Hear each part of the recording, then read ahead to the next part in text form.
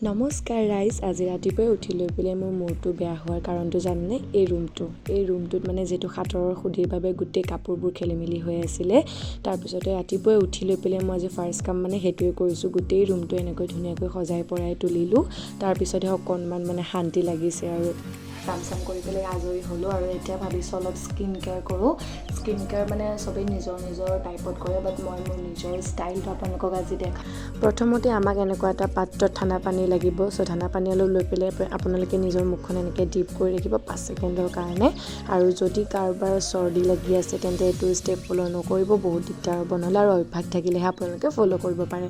তাৰপিছত ধুনীয়াকৈ মুখখন মুচি লৈ পেলাই গাখীৰেদি আকৌ মানে ট'নাৰ হিচাপে ইউজ কৰিছোঁ মই চাফা কৰিবলৈ। চ' আপোনালোকে এনেকৈ ধুনীয়াকৈ মাছাজ কৰিব মুখখন। যিমান মানে ফেচ মাছাজ কৰা হয় সিমানেই আমাৰ স্কিন বহুত বেছি গ্ল' কৰে, বহুত বেছি ভাল হয়।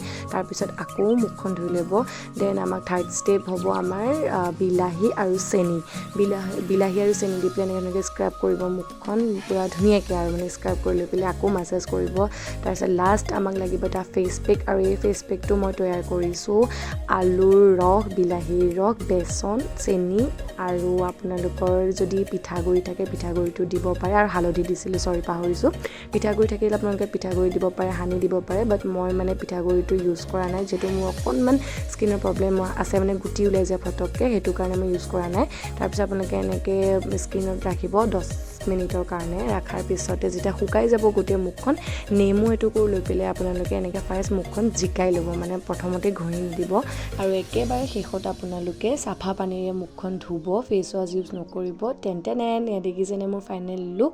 মই বহুত বেছি সুখী মানে এইটো পদ্ধতি ফ'ল' কৰি, সেইকাৰণে আপোনালোকৰ লগত শ্বেয়াৰ কৰিলোঁ। সপ্তাহত 2বাৰকৈ ফ'ল' কৰিব, নিশ্চয় প্ৰমাণ পাব।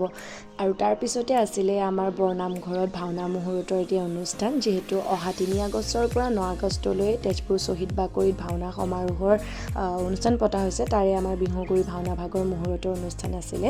আশা কৰোঁ আপোনালোকে ভিডিঅ'টো চাই ভাল পালে। আজিলৈ আহিছোঁ, বাই।